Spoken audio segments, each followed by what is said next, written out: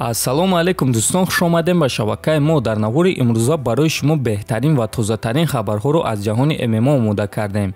Довталаб барои камарбанди вазни сабуки UFC Ҷастин Гейҷи гуфт ки чӣ гуна рафтор мекунад агар ки ташкилоти UFC пеш аз ӯ ба Конор Макгрегор муҳорибаи унвонӣ диҳанд.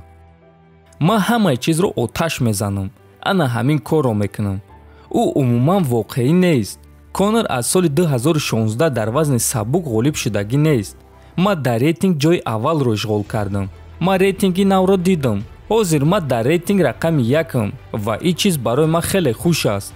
Тамоми умри худ ман барои ҳамин чиз кор кардагим ва баъди ҳамаи ин корҳо онҳо ба ман муҳорибаи унвонӣ надиҳанд, пас ман ҳамаи чизро оташ мезанам. Намедонам ки дигар чӣ кор бояд кард, гуфтааст Гейҷи. ҳамчунин Ҷастин Гейҷи гуфт ки агар Оливейраро шикаст дода чемпион шава, пас ба Конор Макгрегор муҳорибаи унвонӣ намедиҳад. албатта ки ман ба ӯ имконияти барои камарбанд ҷангиданро намедодам. ӯ ғолиб шудагӣ нест, ӯ ин протсессро гузаштагӣ нест. иҷозат намедиҳам ки ӯ ҳамаро ифлос кунад. довталабон хеле зиёд ҳастанд. Бенил Дариуш, Ислам Махачев. мо бо ин шахсон меҷангем, на ин ки бо Конор Макгрегор. ин чиз ин гуна кор намекунад. рӯз то рӯз ӯ ҳарчи камвоқеаттар шуда истодааст. ба наздикӣ шумо ҳатто оиди ӯ ягон чиз намепурсед ва ҳамон рӯз беҳтарин рӯз хоҳад шуд, гуфтааст Гейҷи. хотиррасон мекунем ки чанд рӯз пеш чемпион Чарлз Оливейра гуфт ки агар ба ӯ муҳориба зидди Конор Макгрегор пешниҳод кунанд, пас ӯ албатта ки ин муҳорибаро қабул мекунад. дӯстон, ба фикри шумо Оливейра кори дуруст мекунад ё ин ки ӯ дар аввал бояд бо Гейҷи муҳориба гузаронад? метавонем фикротонро дар комментария нависем. шаби гузашта президенти UFC Дана Вайт оиди ташкилоти Ҳабиб ва турнирҳои онҳо дар Амрико фикроша баён кард. биён суханҳои Вайтро гӯш мекунем.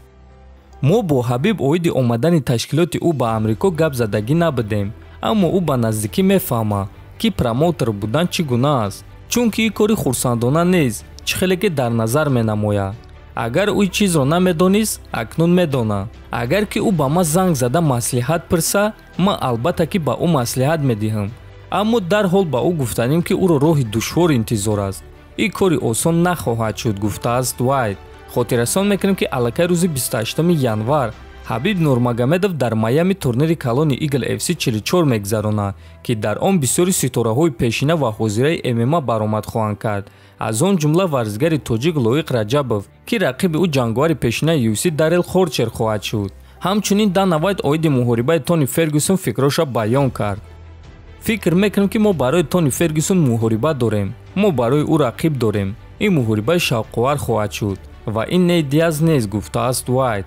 хотиррасон мекунем ки айни замон Тони Фергюсон 3 мағлубияти пайдарҳам дорад ва агар дар муҳорибаи навбатии худ мағлуб шава, пас ӯро аз UFC меронанд. чемпиони пешинаи Беллатор ва рақиби навбатии Фаридун Одилов Александр Шлименко оиди Фаридун Одилов фикроша баён кард. журналисти ТАСС Игор Лазорин аз Шлименко пурсид ки оё ӯ аллакай бо Ҳабиб оиди ба UFC гузаштан маслиҳат кардааст ё не, ва Шлименко чунин ҷавоб дод: ман ин чизро бо Ҳабиб ҷиддӣ маслиҳат кардагӣ нестам. ҳозир мефаҳмонам ки барои чӣ. агар ки ҳозир ман дар муҳориба зидди Одилов ғолиб шуда бо камарбанд мебудам, пас ман бо Ҳабиб нишаста оиди ҳамаи чиз маслиҳат мекардам, аз ӯ ягон чиз талаб мекардам. ҳозир ман ин корро намекунам. боз як маротибаи дигар такрор мекунам. Одилов ягон кӯдак барои задан нест. ӯ ҷанговари ҷиддист ва ҳоло номаълум аст ки кадоме аз онҳо ҷиддитар аст, Магомед Исмаилов ё Фаридун Одилов. ман оиди муҳориба гап зада истодам. албатта ки аз рӯи машҳур будан Магомед машҳуртар аст, аммо ман оиди сахт будани онҳо гап зада истодам, оиди гурусна будан, оиди гӯштин.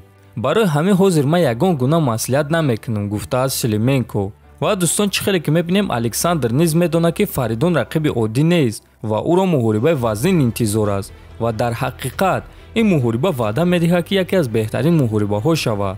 аз рӯи суханҳои роҳбарои ташкилоти Eagle FC ин муҳориба моҳи март баргузор хоҳад шуд. дӯстон, дар ҳамин ҷо навори мо ба анҷом мерасад.